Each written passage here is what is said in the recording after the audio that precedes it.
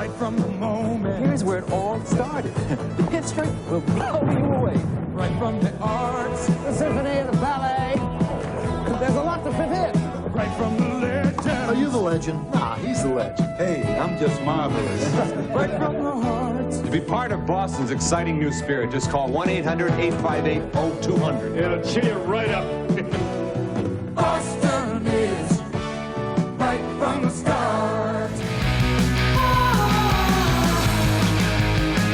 Just what you are. Welcome to the Cinematic Void Podcast. Cinematic Void is a cult film series that hosts screenings in the Los Angeles area as well as virtually. I'm your host, Jim Branscombe, and joining me as always is... Hey, it's Nick Vance, Paranoid Futures on social media. You can find Cinematic Void on the World Wide Web at cinematicvoid.com, as well as Facebook, Twitter, Instagram, YouTube, and all major podcast platforms. If you want to support The Void, consider joining our Patreon. Another way you can help, if you can't contribute, like, monetarily, which, you know, obviously you don't, that's not an obligation to listen to this podcast or anything, just, you know, if you get a chance, leave a 5-star review on whatever podcast platform you're listening to this on, or a thumbs up if it's on YouTube, or leave a review, you know, or just help spread the word, because that's another valuable asset that keeps this thing going.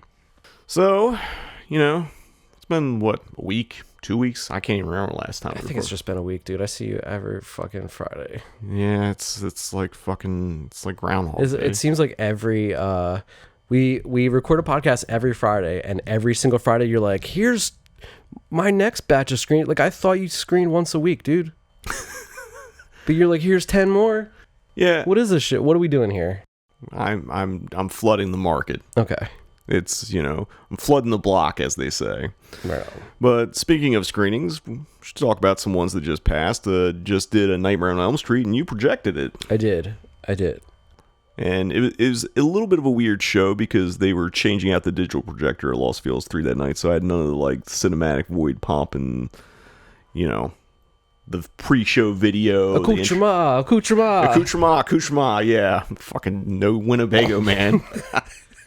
Man, there was a bit that I had worked in, like, so Deanna Rooney came out and played Old Freddy, which was probably one of the best bits she's done. It was pretty funny, for sure. It fucking killed. And originally, the whole bit was that we were going to play one of the TV commercials for the Freddy hotline, and then I was going to call the Freddy hotline, and Freddy was going to show up. Except we couldn't do that part, so I had to just, like, randomly, like, oh, you guys remember that Freddy thing? And just, like, do it with no context. But the bit killed, and then we gave away a Freddy glove and made someone the new Freddy Krueger. So shout out to the new Freddy. Well, I'm trying to remember what his line was. There was a guy who didn't have a line, had ad lib, and his, like, Freddy line was like, I like butter, and I thought that dude was gonna win, but no. Butter, it's always with the butter. Yeah. Is this why we mentioned butter last time? No, I don't remember the context at all. No, I guess we're just on the pulse of people really liking butter. I mean, not to say that butter hasn't ever gone away, like, since, like, fucking whatever old times where they fucking, I don't know. Butter is fucking back, dude. Butter's back. You got your dairy butter, you got your non-dairy butter. All right, I'm over butter, dude. All right, what's leave? Turns out it's not back, dude. Right. It's over. Butter's fucking over party. We killed butter. We brought it up an episode and we, like, just melted it down the next. But yeah, that Elm Street screen was fun. The one thing, I think we had a Frankenstein print because, like, when we started, Reel 1 was a little low, and I was like, yeah, let's turn it up a little bit. When Reel 2 came on, it was fucking loud. There's people putting their fingers in their ears during some of those, like, sound effects. Hell yeah, dude. It was Freddy. Freddy was in the booth. Freddy was in the booth fucking with them sounds. But it was, like, old Freddy. old Freddy. Old Freddy's like, no, gotta crank it to 9. But dude, it was pretty crazy. But, like, it was just that one reel, which is something, if you don't know about theater exhibitions, sometimes you get prints that are made out of several different prints because, like, you know, if it was a theatrical release, you know, reel gets fucked up in one print and then a different reel on a different print gets fucked up. So then the studio, like, archival print might be like 5 reels from 5 different prints struck under 5 different circumstances. So occasionally you'll get wild shit like that. And I think that's what was going on with Elm Street. It was not great. I was not happy. Yeah. I mean, but you did a flawless job projecting. Oh, thank you. And I know it got a little rough around the reel changes because there's a lot of shit going on during those. Yeah. Yeah, cue mark, yeah, fucking scratches. You had someone add some other cue marks. I mean, sometimes when you're watching for that key mark to pop up, like some scratch will go flying across the screen, and you like, I gotta like keep my finger off the fucking trigger. It's kind of funny. You gotta have. It's very much like a gun. You have to have some trigger discipline. Don't just have your finger on the button, dude, because you'll fucking. Yeah, you don't want to pop because like once you start the start motor thing, you kind of have to go through the next thing. Yeah, but yeah, it did a bang up job, and like I'm definitely afraid of starting the motor and then realizing that wasn't the cue. I'm just like fuck, dude.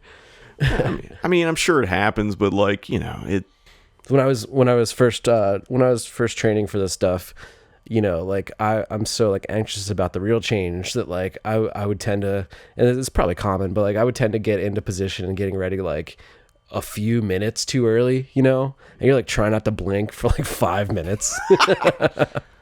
Yeah, I mean, but I've gotten used to it where I can like I'm like, oh, I can go do this thing across the room real quick and get that done, and then still be able to rush back over and hit the chain. You know what I mean? Like now I'm like very good at budgeting my time and like feeling confident about it and what I don't know. Anyway, no, I think it's like a second instinct because like I've never projected at all. I mean, I've been in the booth, I've seen everyone do it, so I don't have a great.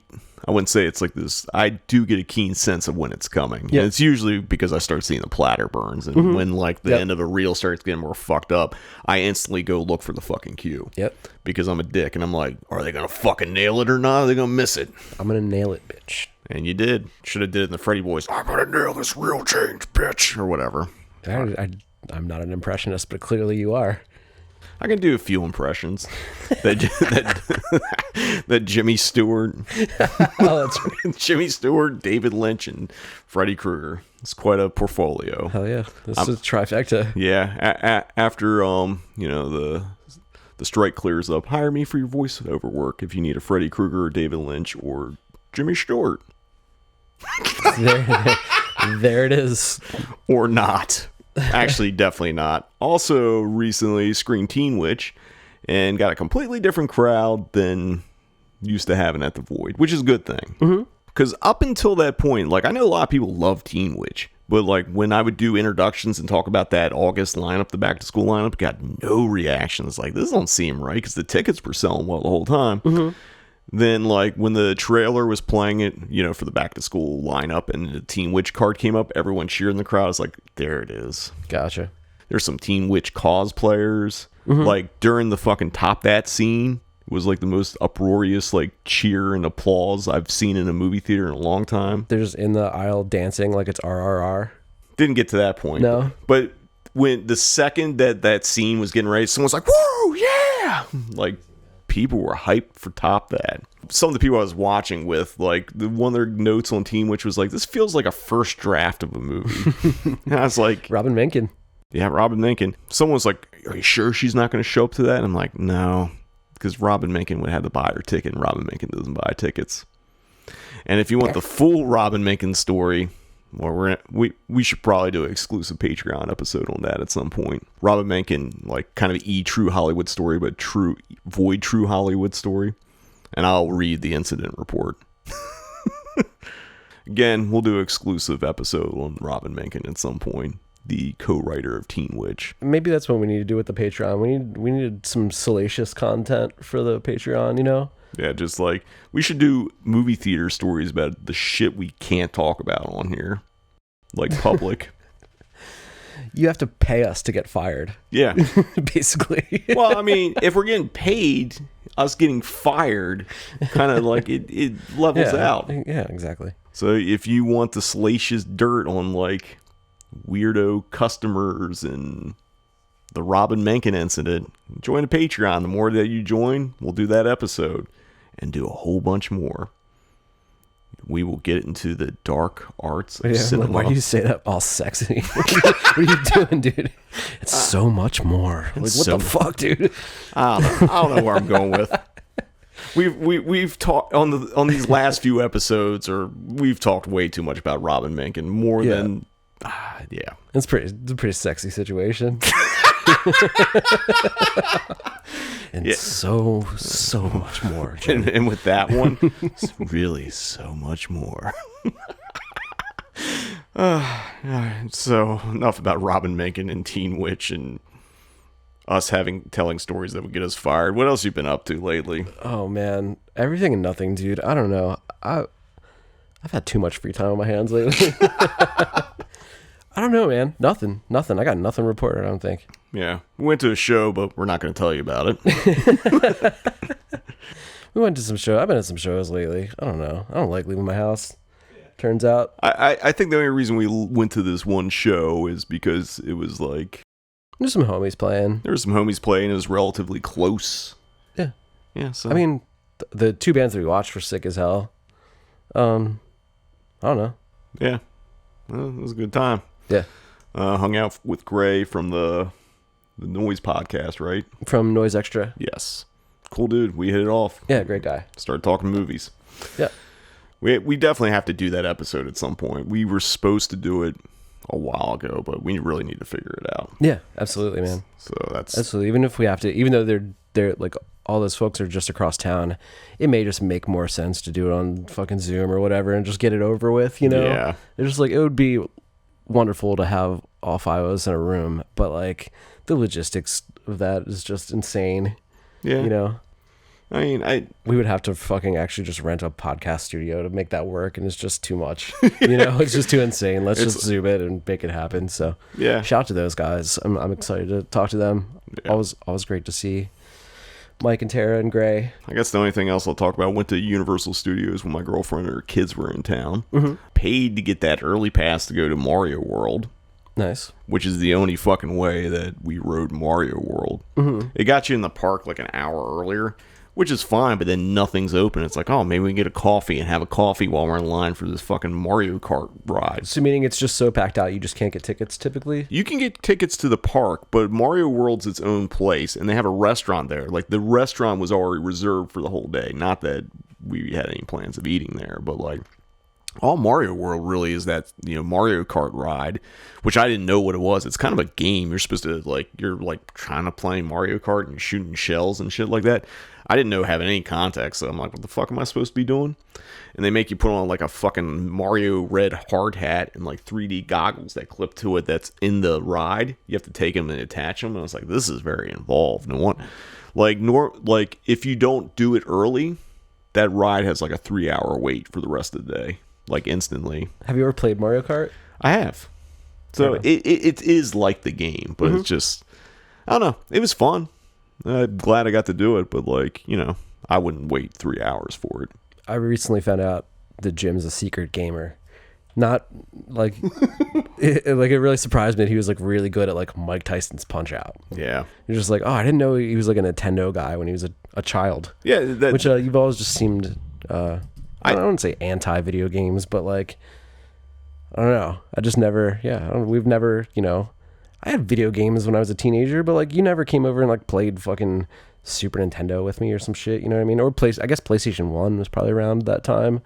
And you're just like, what the fuck is this shit? Yeah, I mean, to be truthful, like I had an NES as a kid and I loved it. And then I got a Sega Genesis, mostly so I could play Mortal Kombat. And then like I kind of just fell out of video games. Yeah. There was a period when I was in college and like, you know, Madden was the big game and like I didn't really watch football or anything, but I'd play the shit out of Madden. Yeah. Those like the reason I've known like how I've just never been a big sports guy, but like most of the things I know about sports I learned from like NHL or fucking, you know what I mean? Like any of the like FIFA, like I don't fucking, the fuck do I know about soccer? I learned it from a video game. Exactly. It's like, am I going to watch a fucking game? No. Well, will I play it on easy mode and run up the score on some fucking computer? Absolutely. Right. But yeah, like, cause it was your Nintendo Switch and you're playing something and I was just talking about like, I really love NES and like, you had Punch Out on there and like, some of the memory reflex was gone. Like, hell yeah. The Tiger Ali part where like, I couldn't fucking. Do you remember any of the, do you remember any of the passwords for Punch Out for back in the day, like 007-373-5963? I think I just remember that just off the dome right now. Vaguely, Yeah, because like I don't know if that's to get you to Tyson. I can't remember what that code is. There is a code to get you to Tyson. I never beat Mike Tyson in that game. Yeah, like no matter how many times, like I think the best I did was like technically a draw, but they still gave it to Mike because he was the champion. Mm-hmm. He's tough. Oh, he's fucking tough. But like, I got really good at that game, and like one of my biggest shames of all time is I never beat the original Super Mario Brothers. Never, like I got close, got that last level, never beat it. I remember telling Leslie that, and she's like, "Oh, I used to beat all the time," and she's like this fucking Super Mario expert, and I'm just like, I mean, I beat Super Mario 2 and I beat 3, and then maybe after that is when I like went to Sega and played Sonic. I don't know. Sega Genesis, like I kind of liked it, and I didn't like it. I think all my nostalgia for video games is NES. Mm-hmm. So I kind of regret, like, a few years ago, I had a chance to get one of those just, like, you know, NES boxes that had a bunch of the games on there. And I was like, I was going to get it and didn't end up getting it, so. Dude, I bought a, probably like 5 or 6 years ago, and at this point, it broke. Like, it just doesn't even work anymore. But I bought one of those fucking emulators. Like, I feel like you can get them off, like, eBay or something. Oh, you can get them. But where it's just, like, every like game. It's like 1,000 Nintendo games. Like, it was Nintendo, Super Nintendo. It was just fucking everything. And, it was like too many games to play. It was like Atari games. There was like too many fucking options. Yeah, there's some. It's kind of like what streaming thinks it is, or like maybe it's more like music streaming, where you have access to everything, and once you have access to everything, you're like, I don't want to listen to anything. Facts. Although, like there's still plenty of stuff I want to listen to, but I feel like the stuff I listen to is either something new that triggers something nostalgic in me from what I would, go out of my way to listen to, or I don't know, shit I already listened to. Yeah, there's something about being too spoiled, having it too easy. Yeah, it's not. I don't know. It just doesn't feel right. It's the same with. Well, no, it's the same with like when we've talked about this on the Blu-ray Burnout episode. Like it used to be harder to collect movies and records and stuff like that, and just I feel like this when you lose the specialness and everything is just like on sitting there in front of you, like no option looks good because you don't have to fight to get it. I mean, sometimes in like writing music, when I like open up my DAW and I have Logic or whatever, it's just like I have too many. I already have like too many synths, too many guitars, too many whatever, and then there's like a billion plugins and whatever that I have, and eventually just like it's too much. I have too many sounds that I could potentially work with, and it makes me just like not want to make anything. Yeah, I don't know, the same sort of principle. I don't know. Anyway, it runs in that. So I guess back on track with the Universal story. So rode the Mario Kart line or ride or whatever, got out as like we got done just as the main park actually opened at 8, and you could see people running to it like their life depended on it. And then we throwing like red shells at each other. They might as well have been. Like there's definitely like I swear some kid was trying to trip someone just to get ahead of them. Respect. Yeah. I'm not even joking. We rode that Transformers ride that's based on one of the 14 Michael Bay Transformers movies. It's a lot of fun. The ride broke down right before we were going to get off it. And the guy was like, well, you might be sitting here for like, 45 minutes or an hour. And like there was like a well-to-do family that was in the same car as us. It's like, how will we be compensated for this? Hell yeah. Leslie's son Sean actually crawled out from under the safety bar. And he was like, I'll just leave. And they started yelling. I was like, get under the bar again. Get under the bar. Hell yeah. So, but we were probably there for like 15 minutes. And then they gave us a receipt that we could use as a fast pass. But it wasn't for like the big, like you couldn't use it for Simpsons. You couldn't use it for Mario Kart or any of that shit. It was like for pretty much anything else. But yeah, this is probably the first time I rode every single ride at Universal. And, it was just getting in early and just being tactical, starting downstairs and then working your way back up. And I want to say that I feel the same way about Universal I do Burger King. It fucking sucks balls. There's no rides. There's no rides. There's not a fucking ride to be had. There's like a water ride. There's nothing. There's no roller coasters. Yeah, Build a fucking roller coaster. There's no roller coasters. The Mummy. I'm trying to remember what that is. That's probably just another one. It's just some dumbass thing where it takes you through like a cave and like shit's jumping out at you. That's not a roller coaster. It is there might be a little bit of a drop. Give me a roller coaster. Make me scared for my life. Well, Even Disney has good roller coasters compared to fucking Universal. Yeah, I mean, the Mummy is more like a kind of more aggressive version of Space Mountain. You know what, though? The Harry Potter thing that like throws you around a room real fast? Yeah. You know? That thing kind of rocks. Oh, we rode that twice because there's someone that ride twice and there was no line for it. But it's like, I'm getting old. Yeah. And I've just learned that like certain like herky-jerky stuff and then wearing like, I had to close my eyes because I'm like, oh, I'm starting to feel fucking nauseous. Yeah. And they also had that like little roller coaster, the Harry Potter one, that had this long wait, and that's what we end up using the fast pass on. Right on. And I was like, we're gonna use it for this because this line is not worth this ride. It's the roller coaster that lasts like literally 30 seconds. I think I remember that. Yeah, because when we rode it at Halloween Horror Nights when we went that one year. But is it like inside and you're in basically a dark room? Well, there's two different rides. There's the inside dark room, which is the one that thing rocks. Dude. I love that ride. Although like some of I think it's the 3D like screen and then the moving around is what fucks me up. Yeah.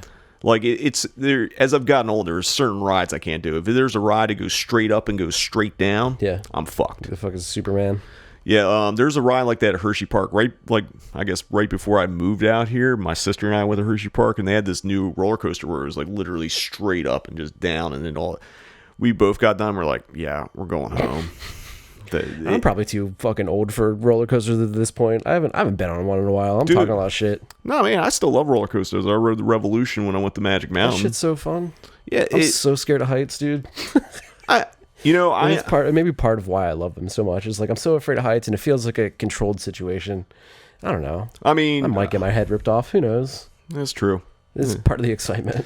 I love roller coasters unless it gets like too much extra, but like I do have a slight fear of heights. I don't know if it's real fear, but if I'm on a Ferris wheel and that shit's going slow, nope. I will get on a Ferris wheel and then I will think like, oh my god, I'm gonna fucking die. You can slip right out of that bitch. Hell no. What's the worst is when I don't like Ferris wheels, dude. It reminds me of the fucking like U.S. Indianapolis speech that Robert Shaw does in Jaws, where he's just waiting for your turn to get off the ride when like they have to do one at a time for everyone that gets off. Fuck. Yeah. That's all I always think of that speech. It's like, when is it my turn to get off this thing? Yeah. As you're like at the top and you just move down a car at a time. Yeah. Universal doesn't have a lot of rides, but it was fun. Would you bungee jump? Fuck no. Would you jump out of a plane? No. Nah, I wouldn't either, man. I would love to, but I cannot. It's not even cannot. I will not. Both, yeah, for sure. Man, I ain't Tom Cruise. No, I would absolutely love to do those things, but I'm not built for it. I've been insanely afraid of heights like for my entire life. I used to be worse. Like I used to not be able to ride roller coasters, and finally, I think it was going to Hershey Park for many years as a kid, and finally being riding the Comet, and then finally doing the Super Duper Looper, and just like I love simple roller coasters. When you get too high tech, I can't fuck with it. Dude, one time I went to Hershey Park. This is maybe even a school trip or something, but I feel like Brandon Rogers was there, so it wasn't a school trip. Did we just so it was go? Like me and Mike Thompson and Brandon Rogers. Maybe you were there, but I don't think so because I don't think so. We were just being bad boys, dude. At the end of at the end of the at the end of the museum thing where they give you like all the chocolate and shit. Yeah. We ran through the parking lot spitting chocolate all over car windows for no reason. Because it was really fun. That's why. That's the reason. But fucking dummies, dude. Just young and dumb as shit. It's funny they keep talking Hershey Park, because I was talking to Leslie last night, and we're like, because I'm going to be back there in October, and apparently Hershey Park's still open through like October, November, and they have their own like Universal like haunted thing. And I was like, maybe we're going to do that. I don't know. Some like bars of chocolate just scaring the shit out of you. Yeah, I mean, diabetes. Yeah. Fucking high cholesterol. Yeah, it's fucking terrifying. The exploitation of cows to make milk chocolate. There's lots of horrors you can do there. I don't know, but yeah, Universal ended up being fun and ridiculous. I still love the Simpsons ride, even though it's not really a ride. Yeah, but it's fun. Didn't get a Duff beer this time. Should have though, but yeah.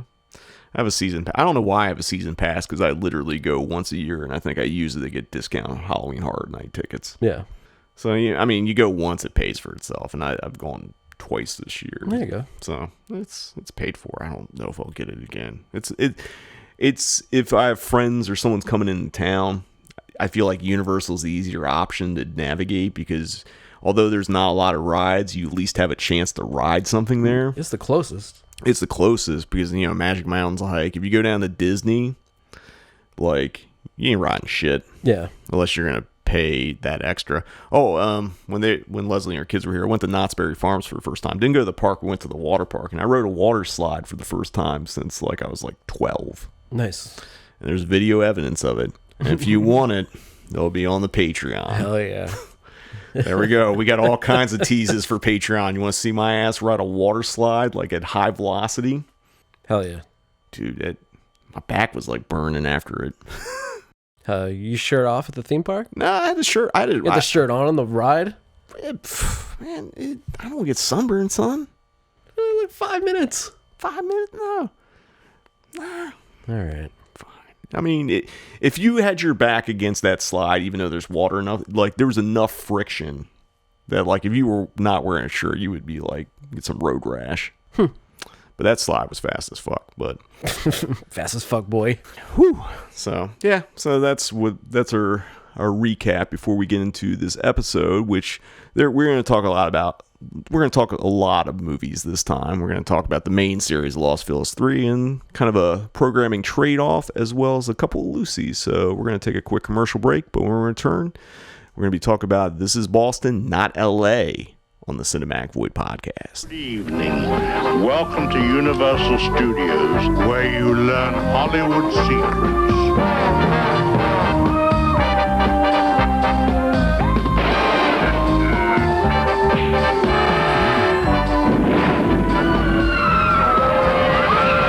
And now you'll learn the secrets of the $6 Million Man and the Bionic Woman on the Universal Studios tour. Sun comes from different places, turns a beautiful morning to a wonderful day. Things to see, things to do, places to be, there's lots for you. Hershey Park happy, Hershey Park glad, so many things to see and do, good times to be had. So many things to see and do, yeah! Hershey Park. As Halloween approaches, you have to prepare yourself for what might happen. More orange sprinkles.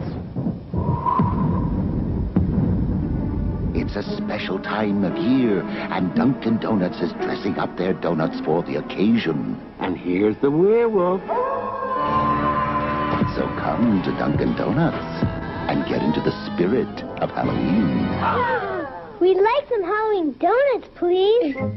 Welcome back. We're going to be talking about a whole slew of shows coming up in September that's going to be presented by Cinematic Void. But before we get into that, we have to do a rare retraction. Do you want to clarify and correct things? Well, Jim claims, I don't remember this, but Jim claims that I said Burger King. I meant Dunkin' Donuts, and I'd also like to say that the original Burger King chicken sandwich is bomb, and that their fries are better than McDonald's. So when you were saying Universal was a garbage theme park, you were also implying that Dunkin' Donuts is a garbage. I did mean Universal when I said Universal. I want to be clear with that. I'm clear that you hate Universal, and it's clear you hate Dunkin' Donuts. When you said, I'm not big on the Universal monsters. Wow. I'm not big on, but the theme park sucks. Theme park sucks. I mean, I'm okay with it. It's close, you know. I mean, I think if it had the Mummy's a good roller coaster, but if it had a great roller coaster, I think that would be the difference. Universal is like it's like the Arby's. It's not quite Roy Rogers. It doesn't have a fry holster. Yeah, like it's not good. It's not even good enough to be like, what is that golden chicken sandwich thing? The Gold Rush chicken sandwich. The Gold Rush. Oh, that would be so sick to have right now. But anyway, I'm sorry, Burger King. Fuck you, Dunkin' Donuts. On with the show. Thank you.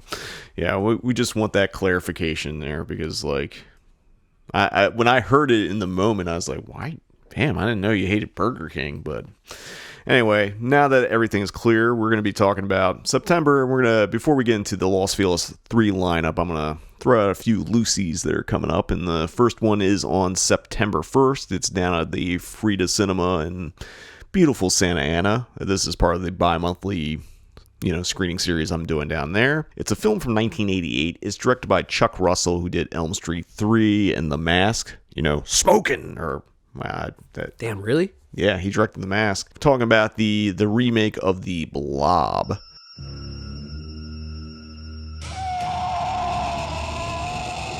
If it had a mind, you could reason with it.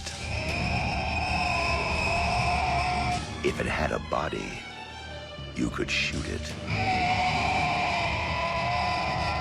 If it had a heart, you could kill it.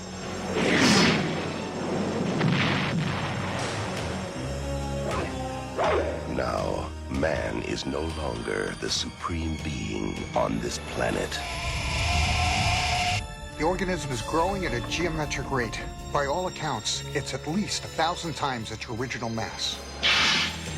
Nobody believes me about what happened tonight. What did happen?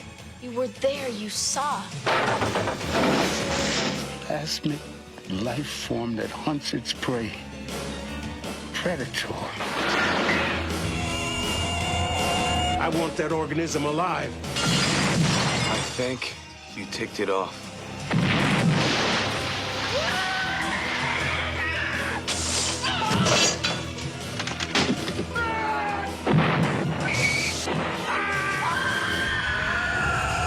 The Blob. Terror has no shape. The film stars Shawnee Smith, Kevin Dillon, Jeffrey DeMunn. For those who haven't seen the Blob remake, it's a remake of the movie with Steve McQueen from the 50s. Now all souped up special effects like they were doing in the 80s, like John Carpenter's version of The Thing or David Cronenberg's version of The Fly.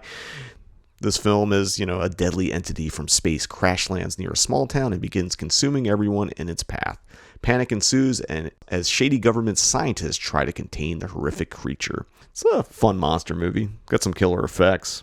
Should play really well down at the Frida. The thing I'm learning about doing these Frida shows is that crowd is very horror heavy. When I did Demons, that did pretty good. I did Roadhouse, that didn't do too great. It did okay. But then I think the Blob's going to kind of pick things back up. So I think at the Frida it might be a little horror focused for next couple shows, just as keep building this up.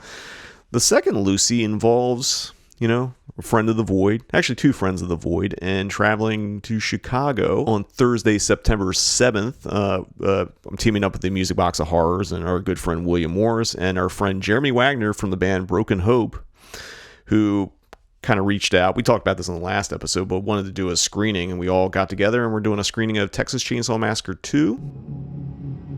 13 years ago, audiences across America were horrified by the savagery of a faceless killer. In the wake of this bizarre rampage, he vanished. Now, after more than a decade of silence, he has come out of hiding.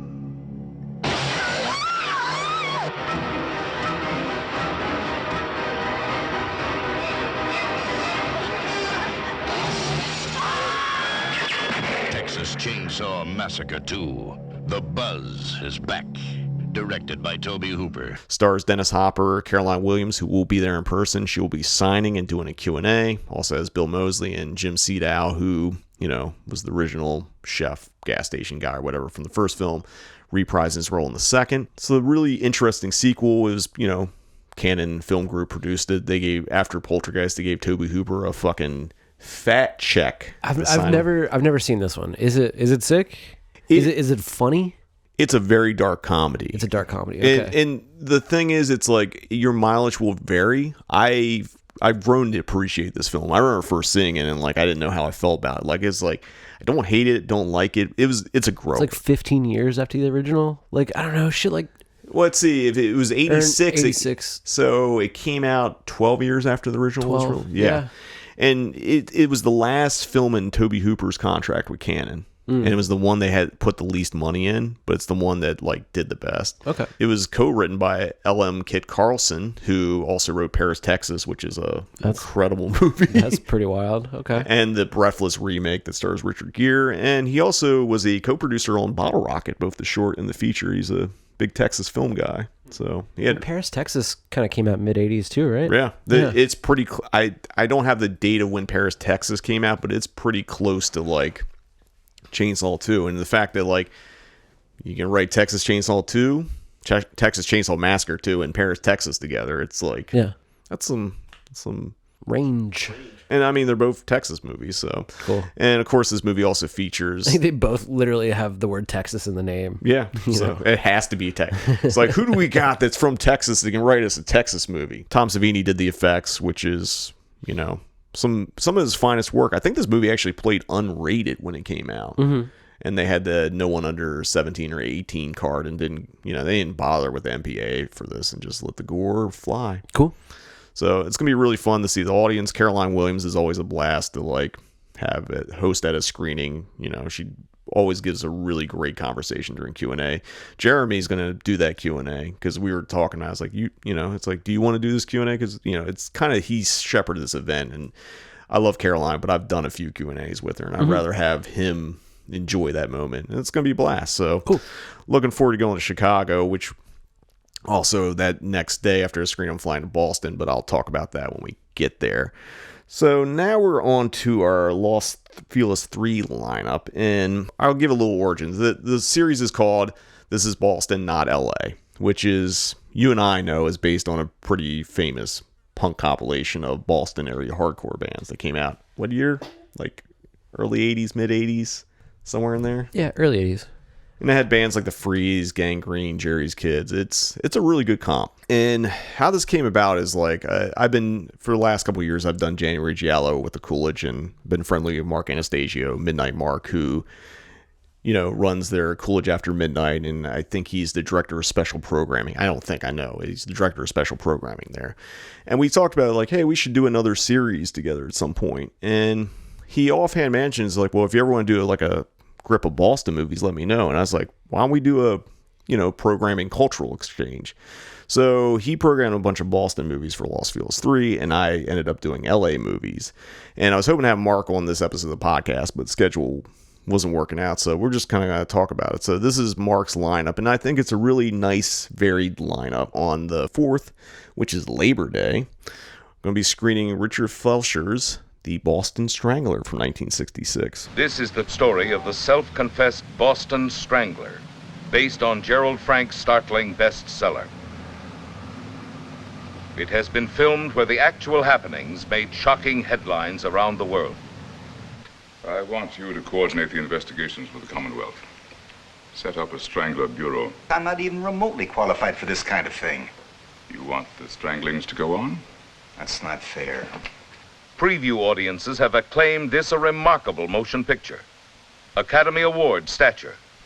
For the indelible quality of this film is that the tension, the suspense, the emotion mount when the camera goes beyond the panic-stricken streets of Boston, beyond the dark corridors of the apartment houses where the Strangler silently prowled, beyond the bedrooms of lonely, fearful women, into the forbidden corners of a man's mind and soul. Why did 13 women open their doors willingly to this stranger?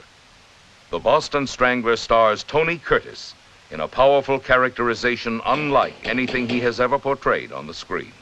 As the suspense builds to an incredible crescendo, you realize that you are involved in one of the most remarkable screen experiences of our time. You will know all there is to know about the Boston Strangler. Why did so many women open their doors willingly?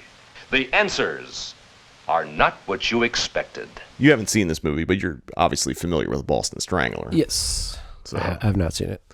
It's a really interesting kind of like true crime kind of, you know, movie. Obviously it stars Tony Curtis as like Albert DeSalvo, who, you know, the Boston Strangler. And it came at a time where they weren't sure, like, I don't know if Tony Curtis could do this, because a little off cast for him, but he nails it. Richard Fleischer also directed The Vikings, Soylent Green, 2000 Leagues Under the Sea, Mr. Majestic, which is one of my favorite Charles Bronson movies, and, keeping things void-centric, Amityville 3D. That's a pretty varied career. But, for those who haven't seen it, basically a series of brutal murders in Boston sparks a seamlessly endless and increasingly complex manhunt. Because I forget how many victims of the Boston Strangler, it wasn't just around he went pretty much all around. Like I have a book on Salem, Massachusetts, where they talk about the one victim that was killed in Salem, or was from Salem. So he was getting around. Besides Tony Curtis, it stars George Kennedy, Henry Fonda, and Sally Kellerman, who we might have mentioned last episode when we were talking about Robert Altman. Also, we will be talking about Robert Altman a little bit later, but pin that for rewatch listen. For the next movie we're showing in the This Is Boston, Not L.A., it's a film. This is just by weird coincidence, because William Friedkin just passed away. I guess maybe a week or two as we're recording this. But it's kind of, I'd say, a deep cut for him. Because, everyone, when you think Friedkin, you think French Connection, you think Exorcist, you think, Sorcerer. I always think To Live and Die in L.A. because that's my favorite Friedkin movie. And this one's comes at an interesting period for him. And I don't know. It's kind of a unique movie. It's actually kind of fun. It's from 1978. It's The Brinks Job. 1949. Every safe in the city of Boston was flush with post-war prosperity. And every cracker in town was looking to peel the right peat. Vinny, did you get downstairs and heat up the car? The money was easy for anyone with a steady hand and a brain in his head. We're surrounded. Let's get the hell out of here. A crime so insane, nobody in their right mind would go in on it. And nobody in their right mind did. I was in the joint. They got cheap locks and 75-watt bulbs. What if they got radar? What's radar? Peter Falk is Tony Pino, What about the letter? a small-time booster with plenty of talent and no luck. Alan Gorwitz is his brother-in-law, Vinny. Jerry Murphy is Sandy. Paul Savino is Jazz, the bookie. Warren Oates is Specky O'Keefe. Kevin O'Connor is Gus, the lookout. And Peter Boyle is Joe, the exchange man. Frankly, no one thinks you'll pull it off. Who's no one? Everyone. Error by error, blunder by blunder, they showed the world just how far a nobody could go. Isn't it a great country? You glad your father caught the boat? The Brinks Job, the American dream come true. The film stars Peter Falk, who's best known for being Columbo, and Peter Boyle, Warren Oates, Gina Rowland, and Paul Sorvino, just to name a few. Really top-notch cast. I mean, that's a murderer's row of fucking actors right there. And for those you haven't seen it, this is actually based on a true story, just like the Boston Strangler. I haven't really thought, I don't think the town's based on a real thing, but we'll talk about it when we get there. Fictional retelling of an infamous Boston Brinks Company robbery on January 17th, 1950 of $2.7 million, and the cost American taxpayers of $29 million to apprehend the culprits, with only finding $58,000 of it, which is absolutely insane. That it cost more to catch and get the criminals, and they didn't even get the money back. That's like a lost investment. But yeah, it's kind of a unique movie in Friedkin's filmography, and again, it just circumstantially just having the pop up and selling really well. And I think it's just for, it's a Friedkin movie, and people were like excited. Friedkin, people love William Friedkin, but it's kind of nice to show a film that isn't like the ones that always play. And I did mention Cruising, because Cruising's another really great one, but should be fun. And it's coming from Universal Studios, a theme park Nick doesn't like, but a backlot that he's enjoys. Everyone that works there is really nice. Yeah, you just don't like the theme park. No. Universal's fine. Yeah, Universal's fine unless you get stuck behind that tram. But that happens every single time. Dude. Look, there's never been a time that there's like 30 trams running at all times. Oh yeah, because it's just never ending from like 8 a.m. to whatever to close. Well, I think they stop the tram ride an hour before the park closes, because that tour is pretty exhaustive. It takes an hour. One thing I like about the tour now, when I went a couple months ago, it wasn't open for some reason, but now they take you through the Nope like set. Oh, cool. So that's now part of it. I actually, when I did Horror Nights last year, they had it open. They'd like park the Terror Tram and let you walk through and go to the other side and go through. It was like us and Nope together in that like area, but like for the tour now, you actually go through, and that was pretty cool. Cool. That's my plug for the Universal Studios tour. If you do one thing at the theme park, that is the thing that's most worth it. Outside the really bad Vin Diesel in the Fast and Furious section, they have there's a 3D section where they make you do like a car chase, like an interactive thing, or, you know, just like how most of the rides you always complain about, they're all 3D. There's a Fast and Furious one, and Vin Diesel's line reading is the worst shit I've ever heard or seen. Like, you know, they have The Rock, they have Tyson, they have, I forget who else is in there, and they all, like, you know, it's normal acting. Vin Diesel's like, what's up? Like, it sounded like he was just doing a read-through of the script, and instead of like doing the performance. And he's like, and when it gets done, it's like, no one asked you to do another take? You just kind of walked off. It's really fucking weird. It bothers me every time I see it. But all right, enough about that. Speaking of action movies, their next Boston movie is a movie. I think that you said this is the only movie you've seen in this group of stuff. Yeah. And it is directed by Ben Affleck. It's from 2010, and I think this is actually a really well done, incredible film. And of course, talking about the town. When someone endures an experience like this, there are often residual effects. Okay. Just having a bad week. I like to have a good cry at the nail salon. Why should we buy you a drink? There are over 300 bank robberies in Boston every year. Most of these professionals live in a 1 square mile neighborhood called Charlestown. So do your parents still live here? My mother moved away, my father, you don't get out much. I'm thinking about making a change. Making a change. Either you got heat or you don't. You used to hang around with Doug McCray a little bit, huh? How do you know Dougie? I work for the FBI. I'm putting this whole town in my rearview. You grew up right here. Same rules that I did. I hear you got a sweet new girlfriend. Secret's this one. If I think anything might happen to her, I'm gonna kill both of you. Are you in love with me? Yes.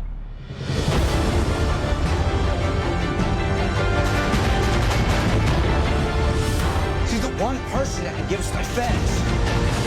She didn't see anything. Get that in your head. This is the not screwing around crew.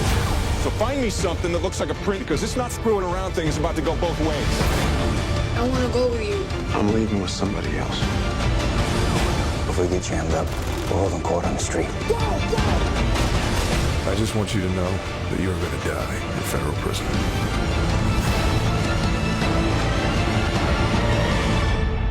I'll see you again, this side or the other. Again, directed by Affleck, but I think he was a co-writer. He also stars in, also has Rebecca Hall and John Hamm. And for those of you who haven't seen it, a proficient group of thieves rob a bank and hold Claire, the assistant manager, hostage. Things begin to get complicated when one of the crew members falls in love with Claire. So you get all that drama in there. Ben Affleck, the actor's version of Dunkin Donuts. I fucking hate Ben Affleck, dude. Do you? I do, but I love this movie, and I'm like, oh, fuck. I hate that he's a good director. He's a great director. Great, yeah. I hate that. You hate that, and that's fine. No, I was blown away by this movie, straight up. I saw it very recently and was like completely blown away. Like Gone Baby Gone's really good. Air that came out this year was really good. Yeah, okay. And like, I'm one of those people who don't mind Ben Affleck as an actor. I know a lot of people like kind of shit on him. I mean, there's cultural baggage. I joke. I mean, But he does love Dunkin Donuts, which I know is like the one franchise you despise more than anything. Right. So maybe some of that dislike is the Dunkin dislike. Yeah. Just the photo of him just like with like 30 Dunkin Donuts drinks in his arms, and he's from Boston. It's ingrained. It's like, it's like people really liking Crackle Barrel or Bob Evans or something like that. If that's your regional fucking... Yeah, that's me. It's regionality. because like we didn't have Dunkin Donuts for the longest time. There might have been like a donut place at like a mall or something. Like we didn't have pop-up standalone Dunkin Donuts until maybe like 15 years ago in Maryland, I think. No, I mean, I think you're talking about California. They didn't have Dunkin Donuts here. Oh, yeah, they've always had Dunkin Donuts in fucking Maryland. That's true. Yeah. Yeah. There's been people nodding out in Dunkin Donuts since I was a child. No, you're right. It's only been recent that they got out here. It's taken them like fucking 30, 40 years for the expansion. Yeah. Probably enough New Englanders came out. Dunkin Donuts is ruining California.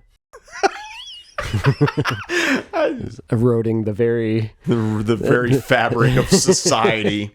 Everything's going down. It's like, because it's like, here's your coffee with extra sugar. Yeah.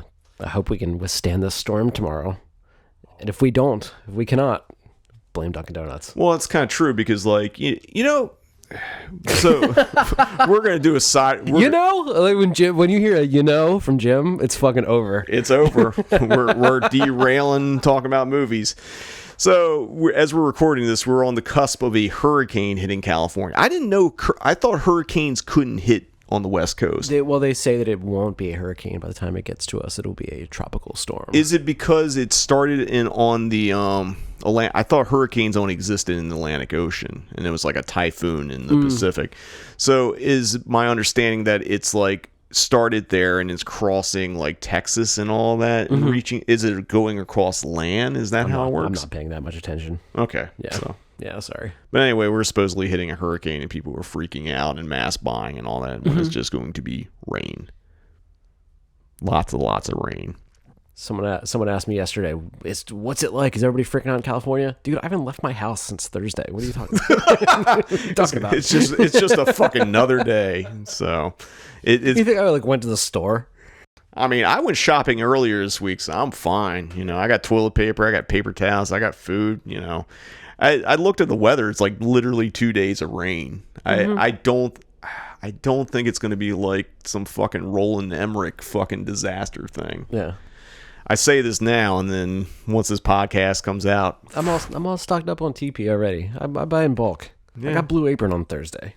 I don't need food. I got the TP. I got a Brita filter. You're set. You're set for the apocalypse. Let's go. Let's go. All right, bring on Armageddon. All right, to close out, as we derailed this, speaking of force winds that could blow you away, the last movie. I did say that I was blown away by the town. That was not intentional. Oh, well, we've set up a good transition despite all this hurricane talk. But the last movie that Mark picked in This Is Boston, Not L.A. is a film from 1994, directed by Stephen Hopkins, who also did Predator 2, Elm Street 5, Tales from the Crypt, and Judgment Night. The movie that Mark picked to close out it's actually a really good movie. I haven't watched it in a while. It's Blown Away. All right, here's what we've got. We're being bombed. Feds are coming up with zeros. Looks like our boy's a mystery man. There's no mystery. His name's Ryan Garrity. According to the report, the guy can build bombs out of biscuit. I've come here to create a new country for you called chaos, and a new government called anarchy. All for you. Blown Away stars Jeff Bridges as Tommy Lee Jones. It's about an Irish bomber played by Tommy Lee Jones who escapes from prison and targets a member of the Boston bomb squad. You know, Jeff Bridges. It's a kind of cat and mouse kind of movie. Like Tommy Lee Jones says some fucking like crazy, like, you know, political, like, you know, that kind of stuff. I do want to mention that when we originally had the lineup, Blown Away was the second film in the lineup, and we're going to end with The Brinks Job. And then I looked at the date that Blown Away was going to land on. That's September Monday. And if you look at the calendar, you look what the second Monday is. I was like, can't do Blown Away on that day. Yeah. So wisely, after years of or not unintentional, like faux pas because of certain dates of, you know, certain movies playing those days, I wisely made the decision not to be in that position and move Blown Away. So for Blown Away, I think Mark's actually going to be in town for this. And cool. So I've been to the Coolidge a bunch of times, so I'm really happy that he's coming out here and, you know, hosting the screening and, you know, do some LA sightseeing while he's here, because I don't think he's been here before. I mean, he might have been in California at some point, but he hasn't been to like the theaters and stuff. So really stoked for that. Now on the flip side, I'm just going to go really quick. So as Mark has programmed the Boston movies here, I did LA movies in Boston and called my series This Is LA Not Boston. There wasn't a famous punk comp equivalent to that, but it just made sense to call it that. I mean, what's a famous LA punk comp? I can't even think about it. Beach Boulevard. Beach Boulevard? Yeah, it doesn't. None of these are really probably the best one. Yeah. It doesn't really fit with the vibe of the movies I picked, though. Yeah. So these are going to be the first 4 Fridays in September. But I guess Boston Not LA is a hardcore comp. There's nothing punk about it. Yeah. It's not punk. It's hardcore. It's a hardcore. Yeah. But like, yeah. LA's not really. LA's too soft for hardcore. Yeah, even like you could call the Adolescents hardcore. That's a good point, because like all the hardcore bands I think didn't come from LA. They all came from like the burbs or like Orange County, like Huntington Beach and shit like that. Yeah. And like, but even that is like, that's where you get Social Distortion, and I don't know. It's not a lot of hardcore from LA. Wasted Youth. Yeah. The first Suicidal Tendencies record. Yeah, I actually, that's a good point. So Boston has a better pedigree of hardcore. I'm sure someone's gonna be like, "How dare you?" People are fucking angry in Boston. Yeah, they are, because they had to fucking go to Dunkin Donuts. Like SSD could not come from fucking LA. No, fucking. I mean, even the bands that like start as hardcore bands eventually evolve to like from Deep Wound to like Dinosaur Jr. Like Deep Wound's a mean fucking band. True. Fucking for a bunch of fucking children. Yeah, they're fucking hard. I mean, those kids, Jay and fucking Murph, or not Murph, but fucking Lou Barlow, they were fucking beasts. And 3 nerdy fucking children making some of the meanest music. And then look at fucking Siege. Siege is probably one of the meanest fucking bands, and it's like 10 songs. True. I don't know. Boston's got a better hardcore pedigree, but anyway. Anal Cunt. What? Anal Cunt? Yeah, Anal Cunt's got its roots. Obviously.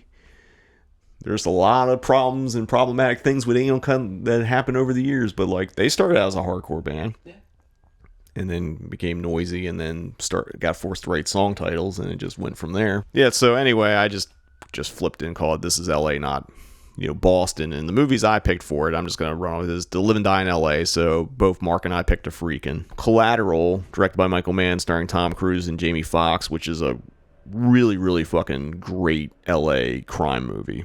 And if you haven't seen it, like, you should definitely check it out. One thing I always say about it is I feel like Michael Mann made Tom Cruise look like William Peterson from Manhunter in it a little bit. Maybe I'm just projecting. He's got a beard.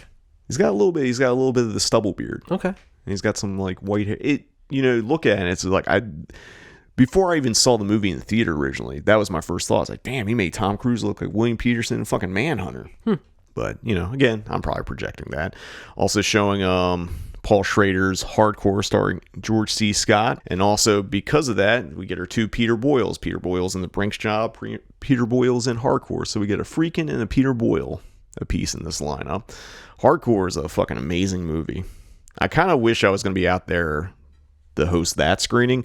I'll be out there when I'm out there on the 8th, it'll be for Collateral, and it made the most sense because I was at Chicago. Chicago is like an hour and a half flight to Boston, so that's why I end up being that way. And then closing out with one of my favorite grimy Hollywood Boulevard movies, which is Angel.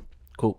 So I'm really happy with this lineup, and hope people enjoy both the Boston Not LA and the LA Not Boston lineups across the country. So yeah, that's what's screening in the void this September. So we're going to take one last commercial break, but when we return, it will be Read, Watch, and Listen here on the Cinematic Void Podcast. I found the perfect place to take the whole family, the New England Aquarium. Oh, Daddy, you have great surprises. Oh, yeah, come on, around here, there's sharks. Look at you.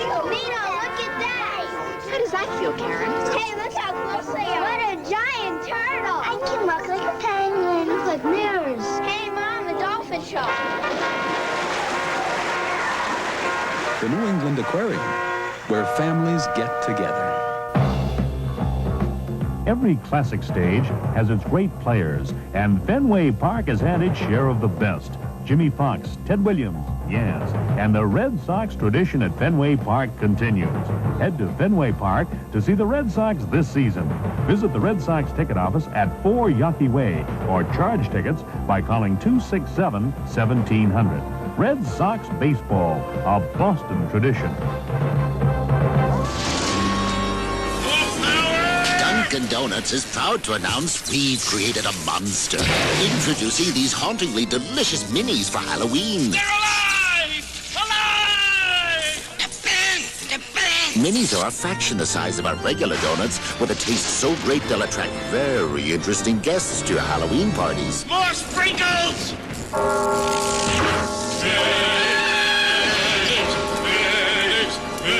Welcome back. It's now time for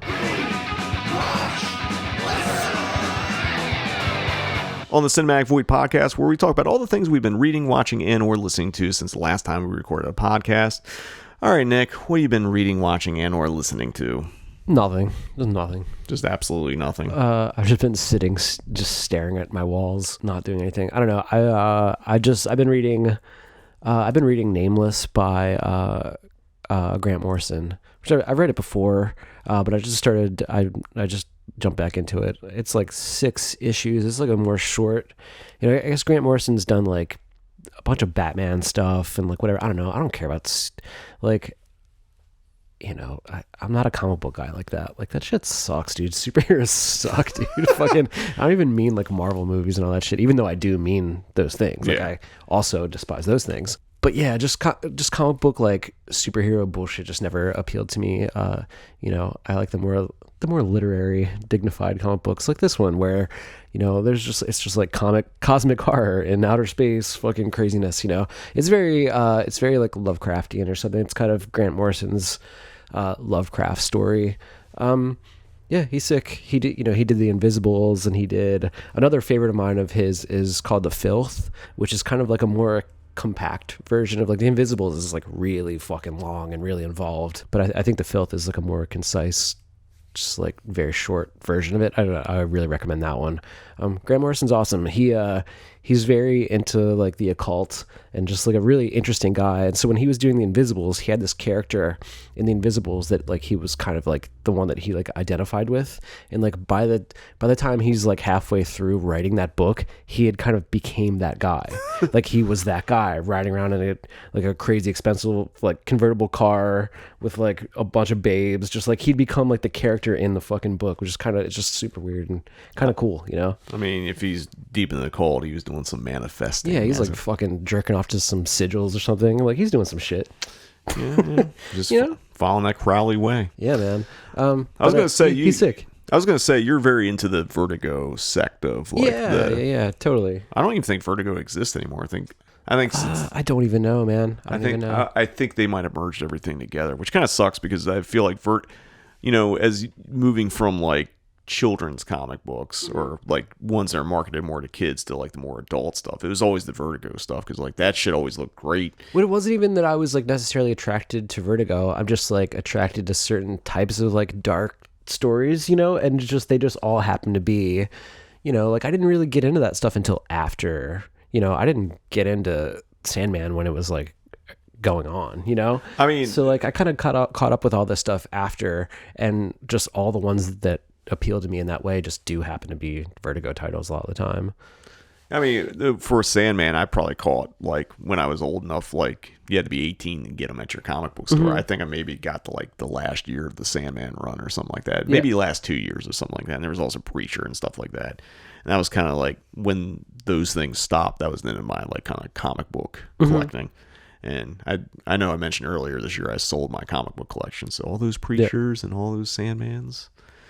A comic book shop. I forget the name of the shop, but it's across the street from the Senator Theater in Baltimore. So if you want to get my comic books, they're all there. Very cool. Watch-wise, I haven't watched a lot lately, but the things that I have watched, I made it count. Dude, I just watched 3 Women.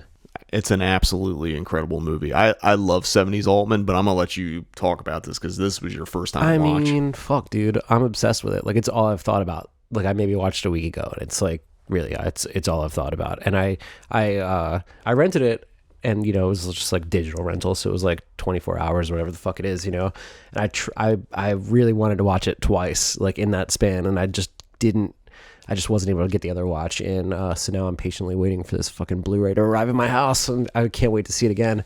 I don't know, man. Yeah, it's of the Altman that I have seen, like, this is just so different, and like I just didn't expect any of it, and it took me a little while to like kind of like dial into the fucking vibe, like I was kind of bored at first or something, like, and just like, what is all this? It kind of like it kind of catches you off guard, and you just start like getting sucked into this world and like all that stuff. Once I synced up with it, it was just like I was in it. I was in it, dude. I mean, personally, I love 70s Altman. There's Nashville, there's Images, like Brewster McCloud, even though Brewster McCloud's kind of like the weird one of what I've just said. But this one makes me feel like I have to go back and rewatch. Like, I thought Images was just okay. Rewatch Images. Yeah. I feel like in a way, Three Women in Images makes for a good double feature. Okay. Although I'd say Images is probably more overtly darker. But like, Images is coming out of the same, like, Persona Repulsion box, and Three Women comes out of that too, but maybe not as something that it made me think of. It definitely made me think of Mulholland Drive, or it made me feel like I understood Mulholland Drive a little more, or like where it was kind of coming from, maybe what David Lynch's influences were at the time. Yeah, because there's definitely some doppelgangering and like character switch, but like all that comes from Persona. You haven't seen Persona yet. I haven't seen Persona. So we've been talking about doing our October lineup of things, and I think like we have one planned out, but I think we're gonna pivot and do some art house 60s kind of horror adjacent stuff. So I think we're gonna do Persona. Hell yeah, very stoked. And I also think it might be a little outside of the void spectrum from some of you, but we're definitely been talking about doing some Robert Altman, because we've been talking about doing Nashville because of the music and intersection, all that. But I think we'll definitely do Nashville and maybe do Three Women at some point. Yeah, hell yeah, man. Excited for those things. And then listen, I've been listening to, and I probably even mentioned this like back when it came out, but I've been back on just listening to the Beths, Expert in a Dying Field. Like, that record is so fucking good, man. There's just there's songs in there that I just want to listen to over and over and over. Like, I love that band so much. Been listening to that, and then I've been listening to I've just been on a Radiohead kick lately, and that's brought me back to the just the Suspiria, the newer version, just the soundtrack to that. And there's like the version that originally came out, and then there's like another version with like extra tracks that I think maybe some of it wasn't on, like, in the film, just like more like an expanded version of the soundtrack. So there's like, it's just tons of stuff. And then there's even just like weird like Radiohead stuff that's on streaming now. That's just like weird, like kind of B-sides and stuff. So I've been like just like Kid A and Amnesia era stuff. So I've been on a big Radiohead Tom York kick lately. And then the like last day or two on Twitter, I keep seeing videos pop up of like when Radiohead played SNL in early 2000s, and it's them playing the national anthem song, and like Johnny Greenwood's got like a crazy like modular synth setup on stage. It's just like, I don't know, there's just not too many people that can pull that shit off live and like have that shit all patched in. And those guys can, man. Those guys are fucking like, Radiohead is one of those things where it's just like, it's kind of baffling how they got as popular as they did, like not thinking about something like Creep, like when they were like, they still like maintained this crazy level of popularity through like being one of the most experimental bands of all time. Like, for a mainstream fucking group, it's crazy that Radiohead has been able to like maintain this level of respect and probably sales, I'm assuming, But I don't know, man. It's like, I don't know if it's even cool to profess your love for Radiohead, but like, yeah, I'm a Radiohead head. My bad. I mean, that's fine. I feel like you're right, because like I feel like Creep for another band would have been the one-hit wonder that ended them. Like that, they would just play a festival and they would always close with Creep. I mean, I'm sure at this point they very much despise that song. I think it's just never going to be added to the set ever again. But then, I think they can get away with that. They can, and put up a middle finger and be like, no, we're not. We're not going to fucking play "Smells Like Teen Spirit." I mean, because you also got to think they had Karma Police, which wasn't quite the same. Yeah. But like, I think because that song happened, and it was like, had one of those weird buzzbin fucking music videos. It kind of helped them. It was probably really big in the UK, but like I mean, was that even really that? It was big. It played MTV nonstop. Yeah, I remember seeing that music video all the time. The only thing I could think of the equivalent to is song number 2 by Blur. Like that and Creep, but then Blur was ever able to kind of pivot out of that song too, and obviously they had a bunch of other hits. I mean, maybe not as big as hits as that song, but they also did Gorilla, or the one dude from Blur did Gorilla. So I think it's just, if you're British, you can get out of your fucking too big of a number 1 hit, and pivot and do weird shit, and people would love you even more. Really, it's just people love Blur and Radiohead, love those fucking bands beyond, and I'm fans of both of them. I don't know where I'm getting at with this, but I'm just saying one thing I was going to ask you is have you ever listened to any of those Tom York solo records? Actually, no. Check them out. I haven't listened to them probably fucking 10 years or so, but they're actually pretty good and they're really interesting. Are they also more just weirdo electronic? They're all electronic. Yeah, they're all electronic shit. So sick. Hell yeah. I think he's I think dude just heard Aphex Twin or whatever, and just they just went off on their own fucking tangent. I mean, they've been making weird electronic music a lot longer than they ever made guitar based rock music. I don't know, fucking shit rules. It does. I can't believe I just went on a fucking Radiohead tangent, but yeah. What the fuck else? I don't know. I've been listening to much to my chagrin, I checked out the Travis Scott Utopia record. People were making a big deal out of it. It came out the same day as something else that I was just oh, that's fucking way cooler. But no, I mean, Travis Scott, another type situation where I think it's a little too weird for the amount of popular that it is, right? I mean, Travis Scott is dude, he's what was he playing at the fucking Egyptian pyramids or some shit? I think maybe that got canceled, but I don't know, man. He's a weird level of popular that it's kind of hard to comprehend, why?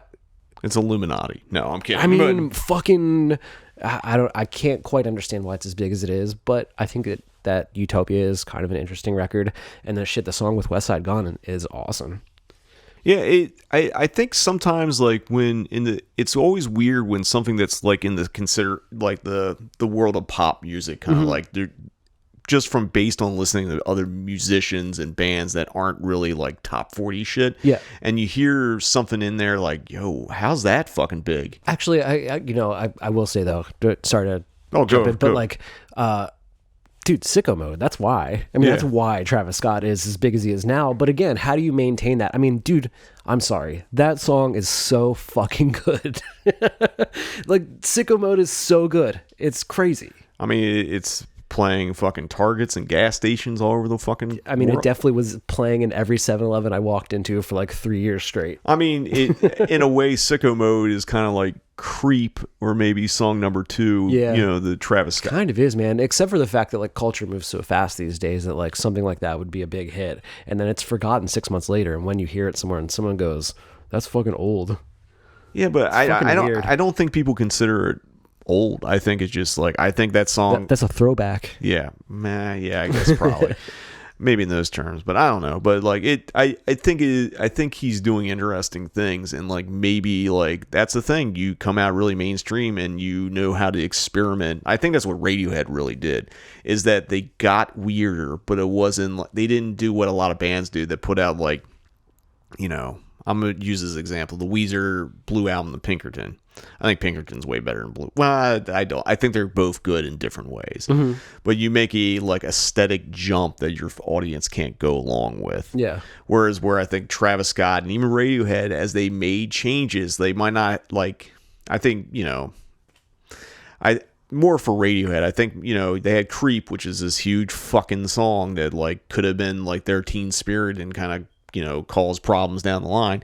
They just kind of well, we're never going to top it, so why don't we just cash in on the goodwill of that song and just progressively get different. Yeah. And I think in a way Travis Scott probably took Sicko Mode and it's I'm probably not going to top this song, so maybe I should just progressively try something different. Human sacrifice. Yeah. Illuminati. All right, this segment has been brought to you by the Illuminati. I don't know, man. That's it for me. All right, for me, read, I just wrote down ha ha ha ha ha because I've clearly not read anything. Watch, I rewatched Trees Lounge, which is written, directed, and stars Steve Buscemi. First time I saw this movie was I was in film school. I can't remember what class. It was either editing class or it was like a filmmaking like 101 or something, because we watched the opening and just like how the movie set the tone. It's about tone setting or whatever. And because like Trees Lounge is about, Buscemi's character like hangs out at a bar and he's like, oh, I'll quit drinking someday. And it's just like, it's your 90s indie film with about people that have drinking problems and stuff like that. It still holds up. It's pretty good. And it also has a song by the artist Hayden, folk artist from Canada, which when I saw the movie, it was before I really knew who Hayden was, but then I realized the connection. That's kind of cool. And I think him and Steve Buscemi are still friends because there was a more recent Hayden album that came out and had a music video and Steve Buscemi was in it. So, oh, that's sick. So that's, I don't know. I think that's cool, especially because there's like 20, 30 years in between Trees Lounge and the new Hayden song. Also, I rewatched the Devonsville Terror, and I can't really say it's a rewatch because I couldn't remember shit about it because it's been so long. Did this as a virtual date night with my girlfriend Leslie. We just kind of wanted to pick something that was like, not too involved, just so to speak. It's directed by Uli Lommel, who did The Tenderness of Wolves. German filmmaker, started out as a Fassbender disciple, and then he made like genre stuff like The Boogeyman and this. Oh, okay. It's basically kind of a riff on the Salem witch trials about a town where they, burn and kill witches, and then like years later 3 women show up that may or may not be witches, kind of thing. Has Donald Pleasance in it, and one thing I noticed, like, I bet you he never leaves this room. There's like 4 scenes with Donald Pleasance. Never leaves that room. Never changes his outfit. Definitely pulls some worms out of his arm. But it was just like, oh, they shot all of his shit in a day. It's kind of brilliant. Nice. And like, he's really good in it for, being in one set and never leaving and then flying out the next day. There, for an 84-minute movie or whatever it was, there's some slow spots. But when you get to the end, you get to the payoff, incredible. Nice. There's some great fucking effects. Also, in the beginning, there's a scene where they put a witch on a wheel and set her on fire. So it's obviously a dummy on a wheel rolling down a hill on fire. Oh, that's sick. So has a great opening, great ending. A little meandering in the middle, but, that's a lot of horror movies. Listen, this is a thing that you introduced me to, or we heard when we were off getting lunch sometime during work, and you played, and I was like, all right, check this out. The band Ultralight. Enjoy Your Time in the Sun is the album. They're from Philly. I think they say they're new alt rock is what they're calling it. God damn. That fucking record is... That record's amazing. Yeah, like, that's all I can say. It's like, it's been on repeat. So many good songs. And like, I haven't been able to really place what it reminds me of, because it reminds me of so many different things in different moments, but it doesn't feel like it all feels uniform. Yeah, it really does. They have like their own sound that is definitely just like, it's just alternative rock. Yeah, I also have a hard time placing it. It's just there's moments like, well, that kind of reminds me of like brand new. That reminds me of something. I've heard all kinds of shit in this, and it's like, it's done in a way where it's like not obvious. Yeah. And I kind of appreciate someone's putting out a rock. It's well produced. I actually went and looked up some info about them. It's like produced by like a Grammy award winning like producer. Oh, no shit. So they're pushing on it. Like, I don't know, record's great. I did watch the music video for Tears for Two or whatever. Okay. And I don't know if I watched any music videos. I did look and see, and there's no vinyl on this yet, so somebody fucking get on that shit. I think they self-released this. I think it's just... Yeah, someone needs to put out vinyl for it. Yeah. Maybe one of the songs, I forget which one, on the record, there's a 7-inch for it, so there's that, but again, no one's done vinyl for this. Yeah, they need a full-length LP. Like, yeah. I will break my physical media embargo and get this on vinyl. Yeah. Because it's up there for album of the year for me. And hell yeah. Other things I listen to World Peace. It Is Written. Kind of a power violence hardcore band. Yeah. No guitar, 2 bass players, drummer and vocalist. Sick as shit. Heavy, mean, ugly. What I want out of a power violence band.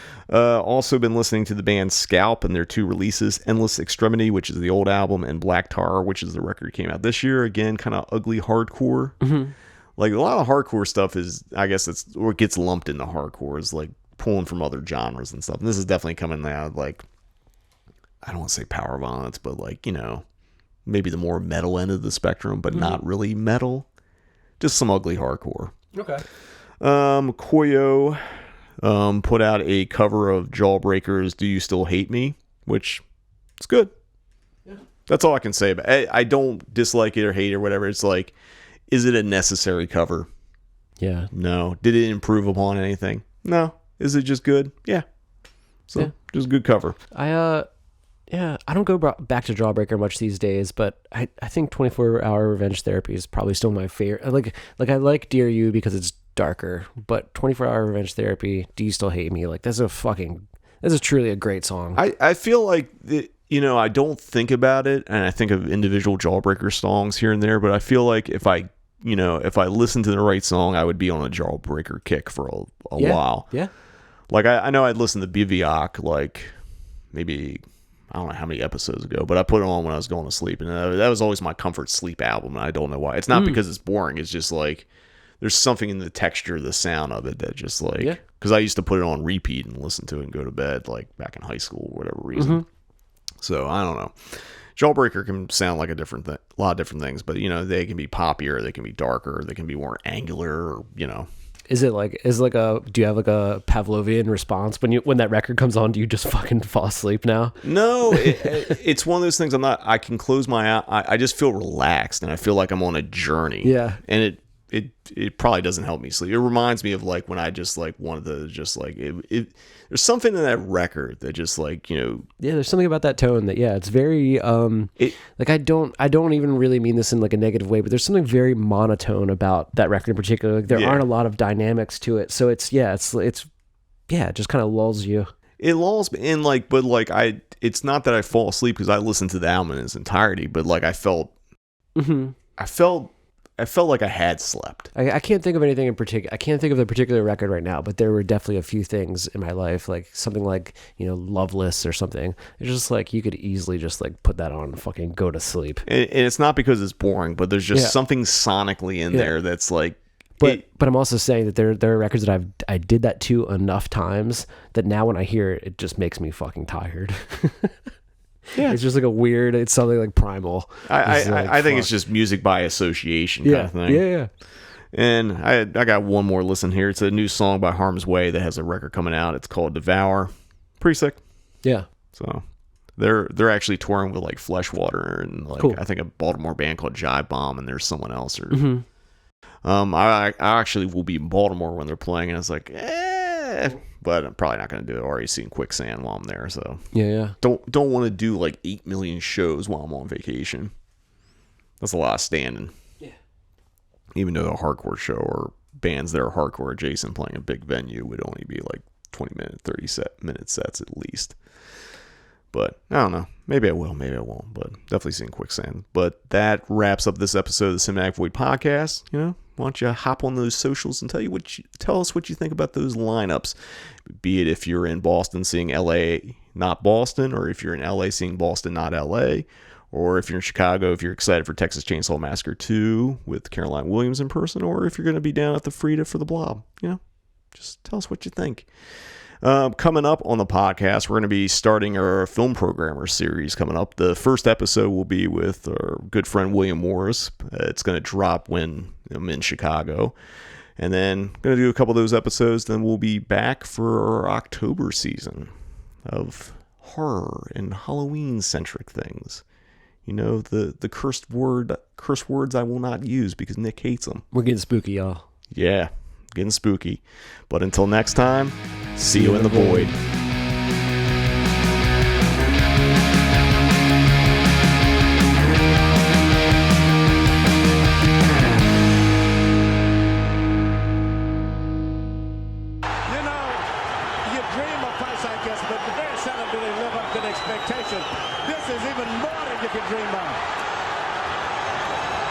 Just imagine if you bought a ticket